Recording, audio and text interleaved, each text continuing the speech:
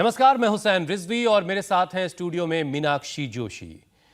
Dengue ने उत्तर प्रदेश के 14 जिलों में कहर बरपाया है। पश्चिमी उत्तर प्रदेश के तो अलग अलग जिलों में 5000 से ज्यादा लोग अस्पतालों में भर्ती हैं। फिरोजाबाद, आगरा, मथुरा में 100 से ज्यादा लोगों की जान चली गई है और डॉक्टर्स की माने तो इसकी वजह है डेंगू का बदलता हुआ रूप। और मीनाक्षी, आईसीएमआर के मुताबिक डेंगू के मरीजों में अब D2 स्ट्रेन पाया जा रहा है, जो सबसे ज्यादा खतरनाक है। और इसी हेल्थ मिनिस्ट्री के मुताबिक डेंगू का D2 स्ट्रेन अक्सर ब्लीडिंग की वजह बनता है और प्लेटलेट्स काउंट तेजी से कम होने लगते हैं।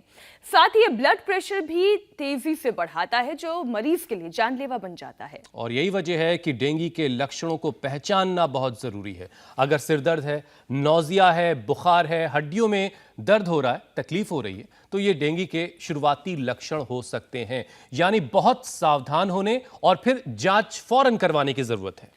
डेंगू के शुरुआती लक्षणों को अगर आप इग्नोर करते हैं तो फिर बुखार तेज हो सकता है, यहां तक कि मसूड़ों और नाक से तक खून आ सकता है, जो आपकी मुश्किलों को बढ़ाएगा। तो ऐसे में जरूरी है कि अपने आसपास मच्छरों को पनपने बिल्कुल ना दें। किसी भी तरह के लक्षण के होने के बाद फौरन जांच करवाएं और सबसे बड़ी बात, अपनी इम्यूनिटी को मजबूत रखें, बल्कि उसको बढ़ाते रहें।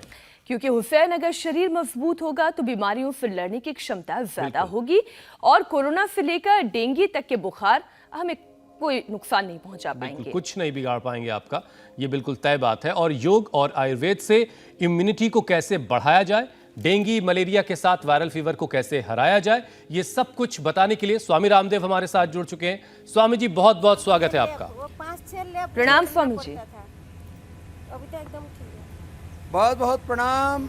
आज हमने डेंगू को और तमाम तरह के मच्छरों को भगाने के लिए पीछे छिड़काव भी जारी रख रखा है। हमारे शिष्य हैं स्वामी परमार देव जी, वो छिड़काव भी कर रहे हैं। और सबसे मैं आह्वान भी करता हूँ, अपने आस पड़ोस में सफाई रखें। गंदा पानी भी नहीं इकट्ठा होना चाहिए, वहाँ पर मच्छर भी नहीं इकट्ठे होने चाहिए। और साफ पानी में तो डेंगू वाला भी ये तो साफ पानी में भी पैदा हो जाता है। तो कहीं पर भी पानी बाल्टी में और बाथरूम में, छतों पर, घर आंगन में, बालकोनी में पानी इकट्ठा ना होने दें। और उसके लिए थोड़ी साफ सफाई ज़्यादा बरतें, ये आपने पहले ही कहा, ये बहुत ज़रूरी है। और रही बात फिर आगे, अब देखो ये मेरे साथ कितनी साल की होगी अम्मा? 64 की होगी। इसके घुटने गड़बड़ थे। और आपकी कितनी उम्र? 69। वो 70 पहुँचने वाली है। दोनों ने गिलोय से अपने घुटने अच्छे कर लिए। इस उम्र में भी ये गिलोय खाली डेंगू को ही ठीक नहीं करता, ये अर्थराइटिस की भी दवाई है, ये डायबिटीज की दवाई है, ये इम्यूनिटी को भी बढ़ाती है। और ये सब प्रकार के, रंजिता मेरे दाई और है, इसने बुखार ठीक कर लिया। कितने दिनों से आ रहा था बुखार? कम से कम 6-7 साल से लगातार। कहाँ से? उड़ीसा से। उड़ीसा से है। 6-7 साल से लगातार बुखार चल रहा था। हाँ, लगातार मतलब कभी 8 दिन में, 15 दिन में। तो सामान्य सर्दी, जुकाम, बुखार, डेंगू, चिकनगुनिया, मलेरिया तो ठीक होता ही है गिलोय से। अच्छा हो गई। कंटिन्यू बुखार चल रहा था। हाँ, कंटिन्यू मतलब 8 दिन 15 दिन में अचानक आ जाएगा। अचानक आ जाता था। वो बुखार भी अच्छा कर लिया। भी सर्दी था बहुत, वो उड़ जाता था ना सुबह, 15-20 छींक मारता था। तो ये गिलोय है, 15 दिन खाया तो जिसको अच्छा। मारो इसका घुटना ठीक हो गया इन दोनों का, और इसका हो गया ठीक बुखार। ले ये तेरे को घर में ले जा ले, प्रसाद हो गया। जाओ। हमने बहुत गिलोय लगा रखी है घर में। स्वामी जी, जो लोग आपके पास पहुंच गए हैं, वेट भी कम होता है इससे। हाँ, वेट भी कम होता है। चलो, मैं अक्सर ये बात कहता भी हूँ कि जो लोग आपके पास पहुंचे हैं, जाओ, मर जाते हैं। ये उनकी खुशनसीबी है कि उन्हें मौका मिला कि वो आप तक पहुंच गए हैं। लेकिन बहुत सारे और लोग, योग मत छोड़ना। बहुत सारे लोग स्वामी जी घर बैठे आपको देख रहे हैं और खुद को योग के जरिए बेहतर जिंदगी देने की कोशिश कर रहे हैं, क्योंकि सब तो आपके पास पहुंच भी नहीं सकते हैं। योग की शुरुआत तो आपने स्वामी जी कर ही दी है, लेकिन हर एक सवाल का जवाब है। सेहत से जुड़े जितने भी सवाल हैं, उसका जवाब स्वामी जी ये है कि अपनी इम्यूनिटी को मजबूत रखा जाए। इम्यूनिटी जो है वो एक तरह के कवच के तरह से है, जो हमें अलग अलग तरह की बीमारियों से बचाती है। तो एक तो योगाभ्यास का पूरा पैकेज बताइए, जिससे इम्यूनिटी हमेशा मजबूत बनी रहे, और साथ ही साथ और क्या क्या ऐसा किया जाए जिससे इम्यूनिटी जो है वो लगातार अच्छी मजबूत बनी रहे। तो देखो, एक तो ये सूर्य नमस्कार, और ये भी सूर्य के प्रकाश में कर ले। ये बहुत जरूरी है। और vitamin D, B12, B complex, calcium, iron, omega, vitamin C, zinc, protein और विटामिन ए, के, ई, कई प्रकार के जो डेफिशिएंसीज होती है, इससे भी कमजोरी से लेकर के, लो इम्यूनिटी से लेकर के, बीपी से लेकर के, थायराइड से लेकर के, आर्थराइटिस और कैंसर जैसे रोग तक हो जाते हैं। लो immunity, immuno suppression is the main cause of cancer. अब कुछ लोग कहते हैं जी हम तो बीड़ी सिगरेट शराब नहीं पीते थे, हमको कैंसर कैसे हो गया? तुम्हारे अंदर की एक तो होती है पूरी बॉडी की इम्यूनिटी, फिर होती है एक एक ऑर्गन की इम्यूनिटी। अब देखो ये भी एक अलग बात है जो है, यदि हार्ट की इम्यूनिटी कमज़ोर है तो हार्ट में कैल्सिफिकेशन होगा, हार्ट में कैल्सिफिकेशन होगा, हार्ट में ब्लॉकेज आएंगे। और यदि लंग की इम्यूनिटी कमज़ोर है तो उसमें टीबी और कैंसर का खतरा है। लिवर की इम्यूनिटी कमज़ोर है तो उसमें लीवर कैंसर का खतरा है। तो सूर्य नमस्कार और ये योगिक जोगिंग ये तो सब कर लिया करें, इससे इम्यूनिटी पूरी बॉडी की अच्छी रहती है, पूरी बॉडी एनर्जाइज रहती है, इनर स्ट्रेंथ मिलती है। तो सब करें, साधु सन्यासी हो, ब्रह्मचारी हो, गृहस्थी हो, ज़्यादा उम्र वाले हो या कम उम्र वाले हो, चलो करो सब। अब ये गिलोय के विशेष प्रयोग करके हम अपनी खाली फुल बॉडी की इम्यूनिटी नहीं, एक एक ऑर्गन की, लीवर की इम्यूनिटी, किडनी की, गिलोय, गोखरू, आंवला, कितने प्रोटीन लीकेज होता हो, कितने किसी को क्रिएटिनिन लेवल बढ़ना, बहुत तरह के उपद्रव होते हैं, किडनी में सूजन, श्रिंक किडनी, बहुत तरह पॉलीसिस्टिक किडनीज।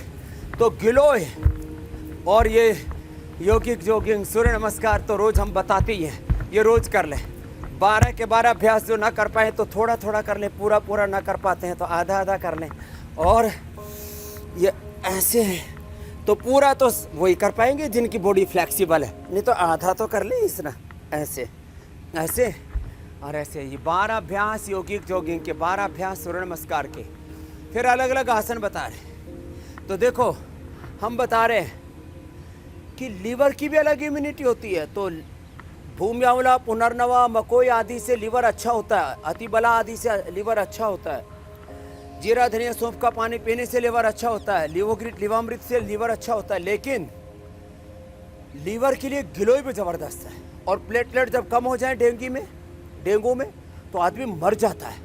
उसके लिए आज हम बताने वाले 5 चीज़ें, वीटाग्रास, एलोवेरा, पीपल के गिलोय का रस और अनार, ये 5 चीज़ें जो खा लेगा, यह आज का हमारा एक सीक्रेट जूस होगा जो डेंगू से मरने नहीं देगा। एक ही दिन में 25 से 50 हज़ार प्लेटलेट आप बढ़ा सकते हैं, लंबे लंबे श्वास ऐसे। स्वामी जी आप योगाभ्यास का पूरा पैकेज बताइए। और ये भी अच्छा है कि डेंगू और डेंगी दोनों नाम ले रहे हैं, चाहे जो भी इसका नाम हो, ये भी खुद भी डरा रहे कि अब घर घर जो है योगाभ्यास किया जा रहा है और ये कहीं भी अपने पैर नहीं पसार सकता है।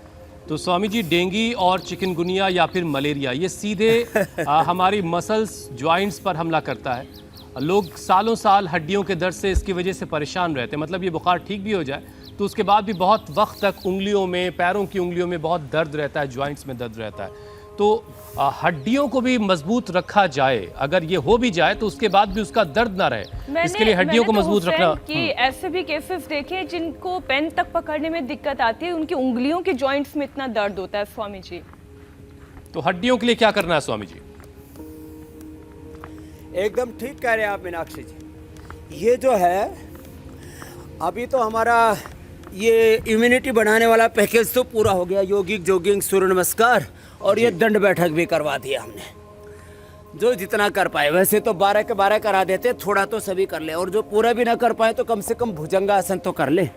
ऐसे जो इतना भी ना कर पाए तो कम से कम ये कर ले ये जो है मकरासन कर ले। मक्कारी आसन को छोड़ के कुछ भी कर सकते हैं। अब देखो ये बहुत जो अच्छा आपने बात कही हुसैन भाई, मीनाक्षी जी, जो है देखो ये चिकुनगुनिया में तो एक एक जॉइंट ऐसे पेन करने लगता है कि पूछो मत आप, इतना भयंकर दर्द हो जाता है। तो उसके लिए क्या करें? गिलोय के साथ गोक्षुरादि गुग्गुल, कैशोर गुग्गुल, चंद्रप्रभा उठी, एक एक गोली हम खिला देते हैं। और जिनको चिकनगुनिया से पूरा शरीर जाम हो गया, और ये 10-10 बार से लेके 100-100 बार तक देखो सूक्ष्म व्यायाम करवा देते हैं। ऐसे ये, फिर ये, ऐसे लंबे लंबे श्वासों के साथ ऐसे किया, एक तरफ से फिर दूसरी तरफ से ऐसे, एक एक जॉइंट को 10-20 बार से लेके 100-100 बार तक ऐसे घुमा देते हैं। अंगुलियों को, अंगूठों को, पूरे पंजे को, फिर टखने को, फिर घुटने को, ऐसे ऐसे। फिर ये बटरफ्लाई भी इसके लिए अच्छा है। और जिनको जोड़ों में दर्द है उनको तो हम जो है ये पूरा सूक्ष्म व्यायाम 100-100 बार तक करा देते। चलो करो, कितना अच्छा है ना, हल्का हल्का। और देखो गिलोय का कुछ लोग सोचते हैं कि इससे तो कोरोना ही ठीक होता है। कोरोना से भी बचे आप, पूरी कॉलोनी की कॉलोनी, पूरा का गांव बचा के बैठे हुए यहाँ पर। लेकिन ये जोड़ों के दर्द के लिए भी रामबाण है। गिलोय और एलोवेरा निरंतर पी लें तो कितना भयंकर अर्थराइटिस। और एक तो मैंने सब्जी बता रखी है, एलोवेरा 200 ग्राम, 20 ग्राम अंकुरित मेथी, 10 ग्राम कच्ची हल्दी, 1 चुटकी उसके अंदर जीरा, धनिया और अजवाइन, और 2 चम्मच गाय का घी डाल करके तड़का लगा करके थोड़ा सेंधा नमक डाल करके खाओ। अर्थराइटिस से लेकर के सारी बीमारी भगाओ, और हड्डियाँ इतनी मजबूत बन जाएंगी, फौलादी ऐसे ज़बरदस्त। फिर छोटे छोटे उपाय, ये गिलोय जो है जोड़ों के दर्द के लिए, हड्डियों के लिए बहुत अच्छी, ये कोलेस्ट्रॉल को भी कम करती है। ये जो है गिलोय जो है इम्यूनिटी को तो बिल्ड करती है। इस गिलोय से लीवर भी बहुत अच्छा रहता है। और गिलोय गोखरू आंवला एक विशेष बताना चाहता हूँ, लाखों नहीं करोड़ों लोगों को प्रोटीन लीकेज की प्रॉब्लम है, और इसकी पूरी दुनिया में कोई दवाई नहीं है। 1 करोड़ तक खर्चा बताते हैं और हाथ कुछ नहीं आता है। गिलोय गोखरू आंवला 1 सप्ताह पी लो, गिलोय गोखरू आंवला का काढ़ा बना करके या चूर्ण ले लो, जैसे भी कर रहा हो कर लो। और इससे जो है पूरी तरह से प्रोटीन लीकेज की प्रॉब्लम दूर हो जाती है। मैं कह रहा था योग से ना एक एक अंग की इम्यूनिटी अच्छी होती है। अब देखो हाथों से सिर के, और सिर से हाथों के रो, एक दूसरे के अंटी ऐसे प्रेशर देते हैं, ऐसे दाईं ओर, ऐसे ही बाईं ओर, ऐसे ही सामने की ओर, ऐसे ही ऐसे प्रेशर दिया, ऐसे किया। तो ये सूक्ष्म व्यायाम बड़ा अच्छा है। जिनको बुखार हो जाता है, जिनको डेंगू चिकनगुनिया हो जाता है, वो सूक्ष्म व्यायाम तो सभी कर सकते हैं। ये बड़ा ज़बरदस्त है। खैर, तो मैं कह रहा था ये तो ये हुआ सूक्ष्म व्यायाम। और जी मीनाक्षी जी, स्वामी जी, डेंगू का असर डाइजेशन पर भी बहुत पड़ता है। जैसे हमने हड्डियों की अभी बात की, तो डाइजेशन भी बहुत ज़्यादा ख़राब हो जाता है। इसे ठीक रखने के लिए या इसे मजबूत बनाने के लिए कौन कौन से योगाभ्यास किए जाने चाहिए? क्योंकि शरीर में वीकनेस बहुत होती है, ऐसे में आप ऐसे आसन बताएं कि वो कोई भी कर सके।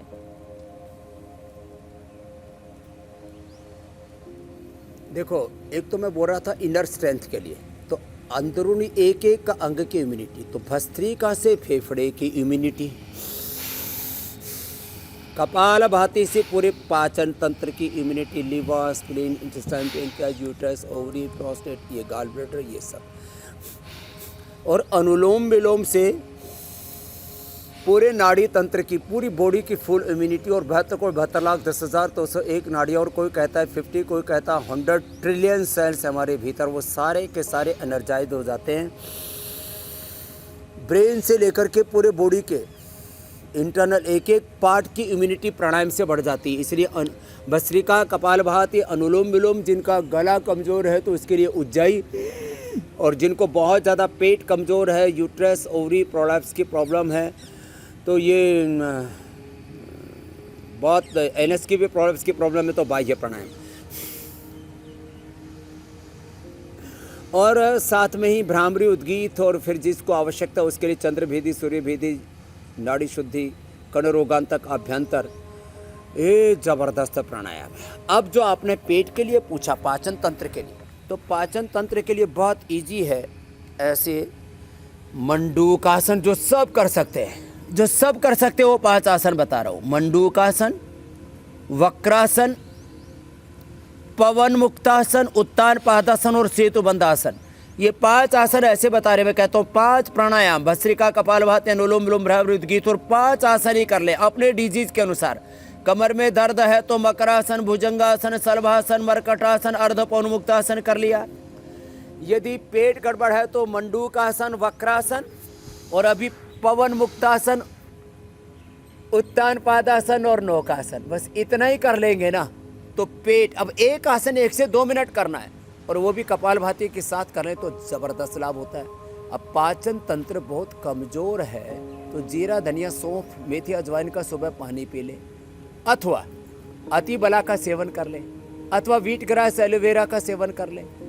किसी भी कारण से पाचन कमज़ोर है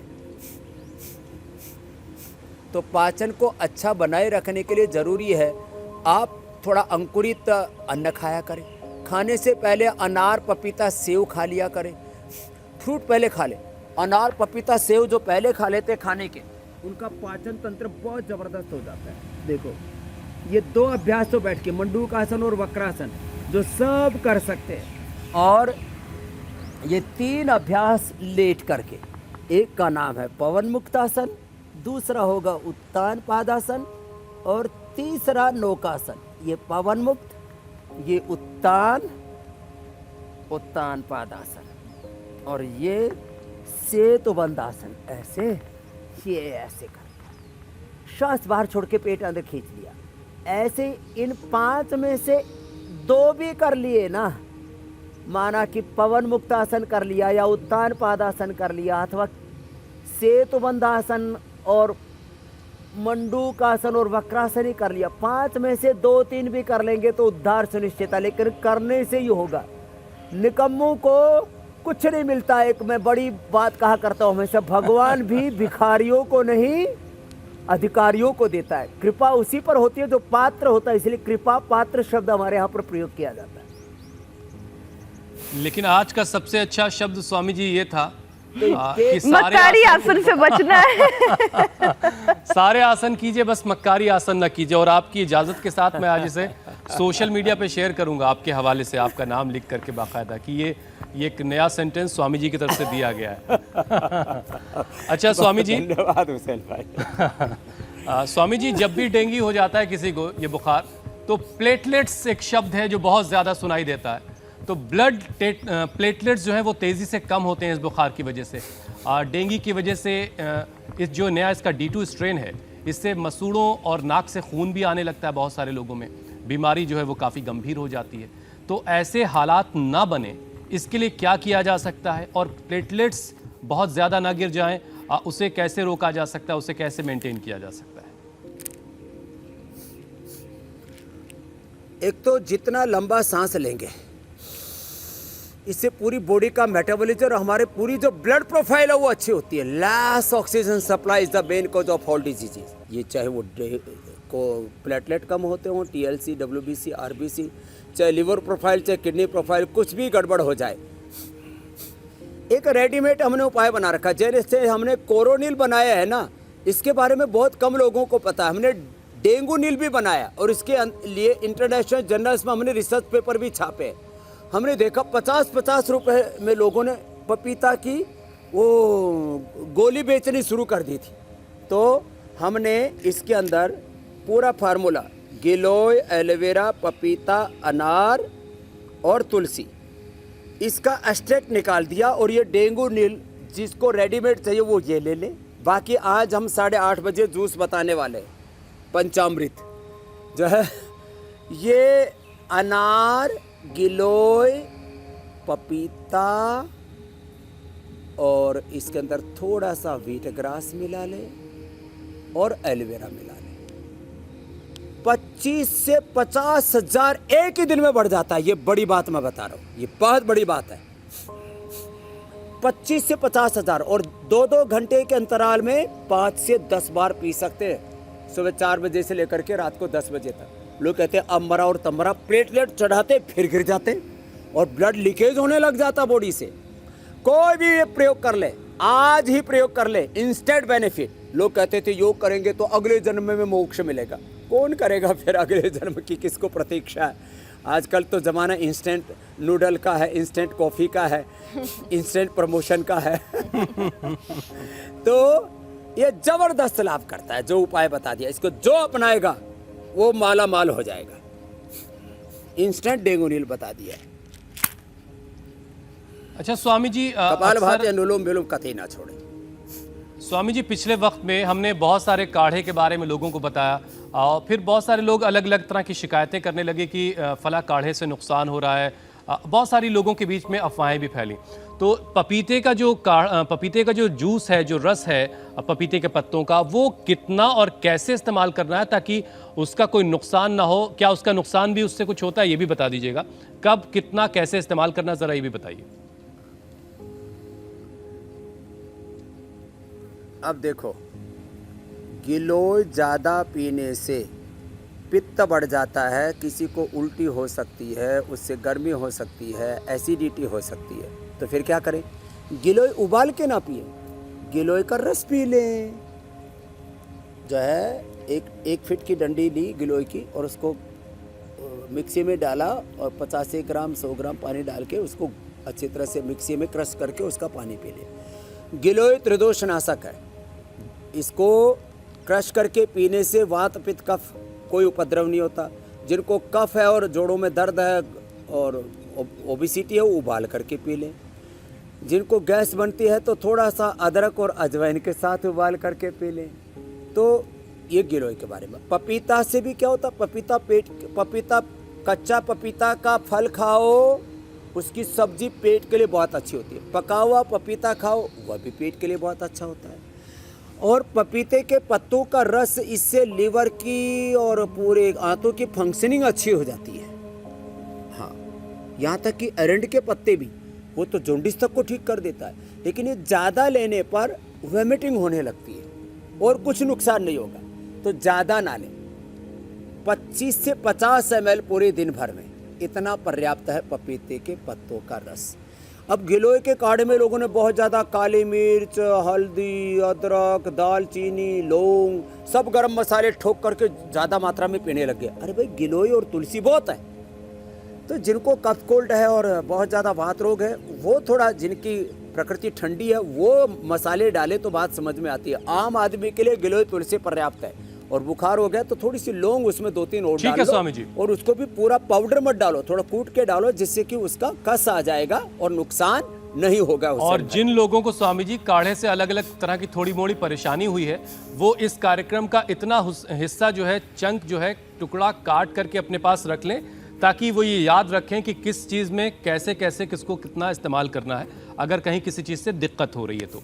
स्वामी जी, अब ज़रा बात कर लेते हैं, क्योंकि डेंगू और वायरल के अलावा डेंगू और चिकनगुनिया के अलावा इस टाइम जो है एक वायरल फीवर बहुत लोगों को परेशान कर रहा है। ख़ासतौर से उत्तर प्रदेश, बिहार, मध्य प्रदेश, हरियाणा में बच्चे बहुत ज़्यादा इसके ज़रिए बीमार हो रहे हैं, इस बुखार के गिरफ्त में आ गए हैं। तो घरेलू उपाय कुछ ऐसा बता दीजिए, क्योंकि बहुत सारे, हम जानते हैं कि हमारे देश में गरीबों की आबादी भी अच्छी खासी है, बहुत सारी आबादी जो है वो जिनके पास बहुत सारे संसाधन नहीं है। तो घरेलू नुस्खे ऐसे क्या हैं जिससे वायरल फीवर को कंट्रोल किया जा सकता है? गिलोय, तुलसी, लौंग, गिलोय, तुलसी, लौंग, इसमें थोड़ा अदरक, थोड़ी अजवाइन, इसको उबाल करके इसका काढ़ा पिला दे और बाद में कंबल उड़ा के लिटा दे। पसीना आ जाएगा और बुखार टूट जाएगा। 2-3 बार ऐसा करने के बाद में आगे बुखार आएगा ही नहीं और ये पूरा वायरल फीवर दूर हो जाएगा। जिनके प्लेटलेट कम हो रहे हैं उसके लिए बार बार हमने बता ही दिया है, गिलोय, एलोवेरा, तुलसी, वीटग्रास और अनार, इन 5 चीज़ों का जूस पिला दें तो वो भी ठीक हो जाएगा। और जिनको रेडीमेड चाहिए, रेडीमेड भी बता ही देते हैं हम, जो है डेंगू नील बता दिया हमने। और बाकी के लिए सुदर्शन घनवटी, जो युगों युगों से हमारे यहाँ पर खाई जाती है, लक्ष्मी विलास, त्रिभुवन कीर्ति रस, ये खाने के बाद, और गिलोय घनवटी खाली पेट। ऐसे आम आदमी के लिए हम बताते हैं, गिलोय, चिरायता, कुटकी, गिलोय, चिरायता, कुटकी, कालमेघ, अश्वगंधा और जल नींब होता है, उसको ब्राह्मी की भी प्रजाति बोलते हैं, जल नींब। इसी से हमने ज्वरनाशा काढ़ा बना रखा है। एक काढ़ा 20-30 रुपए का आता है। और ये ज्वरनाशक क्वाथ जो है, ये हमने इतना ज़्यादा इसका प्रयोग किया है, चिरायता, ज्वरनाशक क्वाथ, ये हमने सारे देश को उपलब्ध करा रखे। पहले लोगों को मिलता था, अब चिरायता अकेला पर्याप्त है। इसका काढ़ा बना करके तो शहद मिला करके पिला दो इसकी। अब ये ज्वरनाशक में हमने यही गिलोय, कालमेघ, चिरायता, कुटकी, नीम, अश्वगंधा, तुलसी, जल, नींब और हल्दी, ये इतनी ज़बरदस्त चीज़ है सब प्रकार के जोर को दूर करने के लिए। तो जिसको कि जैसी कैपेसिटी है उसके अनुसार इनका उपयोग कर लें, निश्चित रूप से इससे फायदा होता ही होता है, ना का प्रश्न नहीं। बिल्कुल स्वामी जी, अब तक के बाकी कार्यक्रम में मंडूकासन, हमने योग मुद्रासन आदि सूक्ष्म डेंगू, मलेरिया, वायरल फीवर से जुड़े हर एक सवाल का कमोबेश जवाब दे दिया है। फिर भी लोगों के सवालों को शामिल करना स्वामी जी ज़रूरी है। पहला सवाल स्वामी जी दीपक का है। उनकी पत्नी और 6 साल की बच्ची को पिछले 6 महीने से करीब रोज़ाना शाम को बुखार हो जाता है। ये रोज़ 6 महीने से उनको कह रहे हैं बुखार हो जाता है, तो ये कैसे ठीक होगा स्वामी जी? सबसे पहले वो रंजना ही है ना, रंजीता का इसलिए मैंने सबसे पहले करवाया था कि इसको हर 5-6 दिन में तेज बुखार हो जाया करता, और इसने खाली गिलोय और तुलसी पिया और बुखार ठीक हो गया। तो उनको मैं यही कहूँगा, गिलोय का रस पिए, गिलोय की गोली खा ले, गिलोय का काढ़ा पी ले, गिलोय से पुराना बुखार ठीक हो जाता है। और एक उपाय मैंने और बताया, ये तो सुप्त पद्मासन और सुप्त भद्रासन में 6 साल के बच्चे के लिए भी वही है, नाभि धरण भी एकदम ठीक हो जाती है।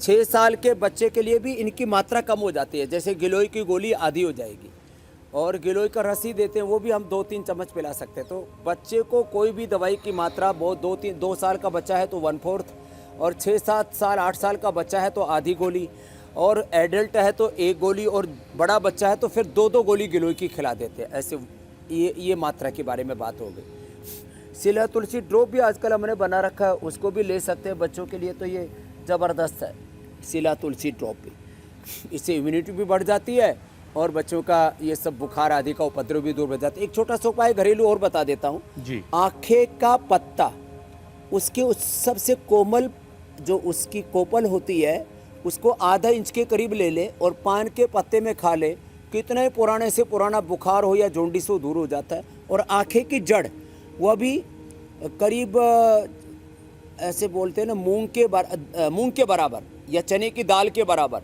वो उसको उबाल करके पी ले, उससे भी जो है पुराने से पुराना बुखार ठीक हो जाता है। ये घरेलू उपाय हैं, मैंने वर्षों से इनका उपयोग किया है। जिनका बुखार किसी भी चीज़ से नहीं टूट रहा था, सुदर्शन घनवटी दे दी, लक्ष्मीला, संजीवनी और ये त्रिभुवन कीर्ति रस सब खिला दिया। महाज्वरांकुश रस होता है, जिनको किसी भी चीज़ से बुखार नहीं टूटता ना, महाज्वरांकुश रस आदि देते हैं। स्वर्ण वसंत मालती देते हैं, आधा ग्राम शहद के साथ चटा दो, कितना भयंकर बुखार टूट जाता है। तो सब तरह के सस्ते महंगे उपाय हमने बता दिए घरेलू से लेकर। अगला सवाल मीनाक्षी के पास है स्वामी जी, वो ले लेते हैं। स्वामी जी हरिओम, ये पूछ रहे हैं कि टाइफाइड के बाद से उनका पाचन बहुत खराब हो गया है और हल्का बुखार अभी भी उन्हें ये शिकायत रहती है, इसे कैसे ठीक किया जा सकता है? डाइजेशन खराब हो गया और हल्का बुखार रहता है। देखो ये टाइफाइड ना बहुत बुरी चीज़ है। ये मुनक्का, ये अंजीर, 3 से 5 अंजीर, 5 से 10 मुनक्का, और ये 2-3 ग्राम राई से भी छोटा दाना, इससे छोटा दाना मैंने किसी चीज़ का देखा नहीं है। ये खूब कला है, और इसकी खूबी ये है कि 2 ग्राम, छोटे बच्चे को 1 ग्राम, बड़े को 2 से 3 ग्राम, 2 से 3 ग्राम ये मुनक्का, 5 से 10 और 3 से 5 अंजीर, इसकी चटनी बना करके और 400 ग्राम पानी में पका ले अच्छे से, और जब 50 ग्राम बच जाए तब इसको पिला दे। ये टाइफाइड की रामबाण चीज़ है, नहीं तो मोती झारा बोलते हैं गांव की भाषा में इसको। एक बार जिसको टाइफाइड हो गया, मोती झारा हो गया, ये बहुत बेकार बुखार है, जिंदगी भर आदमी उभर नहीं पाता है। इससे 100% रिजल्ट है। ये तो ऐसी पेटेंट चीज़ है, यदि इन तीनों की चटनी बना करके कोई बेचना शुरू कर दे ना तो करोड़पति हो सकता है। स्वास्थ्य के साथ ही समृद्धि का भी मंत्र है। हम ऐसे ऐसे फार्मूले बताते हैं स्वामी जी, ये फार्मूले हम भी लोग नोट डाउन कर रहे हैं और इसको कैपिटलाइज करना चाहे, मीनाक्षी भी नोट कर रही हैं। हाँ, एंकरिंग के अलावा एक्स्ट्रा इनकम हो जाएगी। बिल्कुल। ये आपके कॉन्टेक्ट का पार्ट नहीं है। हमारे जाने के बाद 3 पीढ़ियों के काम आ सकती है किडनी, इतनी जबरदस्त होती है। स्वामी जी अगला सवाल मेघा का है। उनकी प्लेटलेट्स बचपन से ही कम रहती हैं, करीब 40 से 50 हज़ार तक। इस सवाल में एक तो ये नहीं समझ में आ रहा कि ये प्राकृतिक वजहों से सिर्फ है या बचपन में कुछ ऐसा हुआ था। तो ये क्या वाकई प्राकृतिक तौर से भी किसी की प्लेटलेट्स इतनी कम हो सकती हैं और इसे बढ़ाना कैसे? देखो, प्लेटलेट बढ़ाने के लिए सबसे बढ़िया चीज़ तो गिलोई है, और उसके साथ 5 चीज़ें कर ली तो फिर तो 100% उसका श्योर है कि प्लेटलेट बढ़ ही जाता है। देयर इज नो कन्फ्यूजन, 1% भी इसमें एफिकेसी में कमी नहीं आएगी। अब देखो, प्लेटलेट घटने के 3 बड़े कारण बताता हूँ।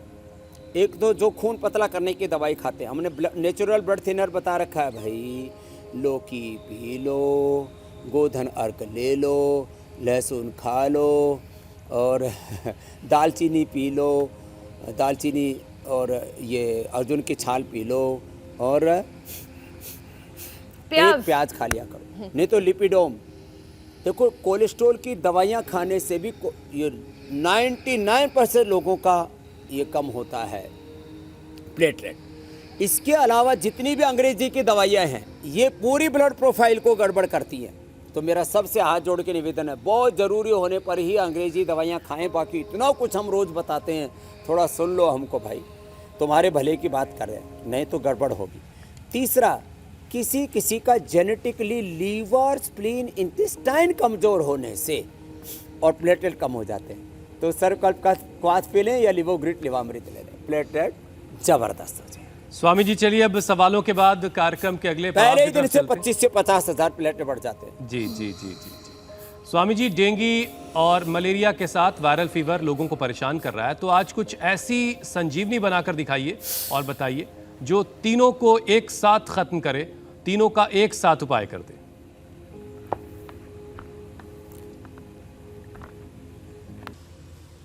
पपीते का पत्ता, क्या क्या है स्वामी जी इसमें? पपीते का पत्ता, गिलोय, ये एलोवेरा का पल्प और ये अनारदाना, ये इतना एक आदमी के दिन भर के लिए पर्याप्त है। व्हीट ग्रास सब मौसमों में मिलता नहीं, इसलिए पतंजलि का थोड़ा सा 2 चम्मच व्हीट ग्रास डालते हैं। ये 5 चीज़ें हो गई रामबाण। थोड़ा इसमें पानी मिला दिया और पानी मिला करके इसको और घुमा दिया, और ये घुमाने से पूरा इसका जूस निकल जाता है। इधर तो ये जूस, इसको थोड़ा थोड़ा करके पी लिया करें। देखो, थोड़ी सी चुटकी भर अजवाइन, ज़्यादा अजवाइन ना डालें, चुटकी भर ही अजवाइन और थोड़ी सी अदरक, ज़्यादा अदरक का प्रयोग नहीं करना, थोड़ी सी अदरक, और इसमें ये किलो है, इतनी सी किलो, एक आदमी के लिए पर्याप्त है। ये इतनी किलो पूरे कुनबे के लिए पर्याप्त है, इतनी सी किलो। और जो है इसको ऐसे कूट करके, तो जिनको बहुत ज़्यादा पित्त का रोग है उनको तो उबालना नहीं, बाकी ऐसे उबाल करके और इसको पी ले। अब इसमें ज़्यादा मसाले नहीं डालना, वो जिनको एसिडिटी की प्रॉब्लम है। अब ये छोटी छोटी बातें हैं, इनका यदि ध्यान रखेंगे और ये काढ़ा बना करके पी लेंगे तो डेंगू को भी हरा देंगे, इम्यूनिटी भी बढ़ा लेंगे और लंबी आयु पालेंगे। आर्थराइटिस से लेकर के ओबेसिटी और डायबिटीज़ तक ये गिलोय तो रामबाण हर घर में लगाओ, पूरे देश को स्वस्थ बनाओ। यही हमारा आह्वान। अब हिंदुस्तान में कोई रोग नहीं रहेगा, कोई दुख दर्द नहीं रहेगा। बिल्कुल, ये योग आयुर्वेद का अमृत का पान जो इंडिया टीवी पर करेगा। बिल्कुल, लंबे वक्त से स्वामी जी आप सिखा भी रहे हो, बहुत सारे लोगों ने सीख लिया है, लेकिन बहुत सारे लोग अभी सीख रहे हैं और सीखना बहुत सारे लोगों को बाकी है, वो भी जल्दी सीख जाएंगे, आजमाना बाकी है। जी, बहुत बहुत शुक्रिया स्वामी जी, बहुत बहुत धन्यवाद। प्रणाम स्वामी जी। बहुत बहुत प्रणाम।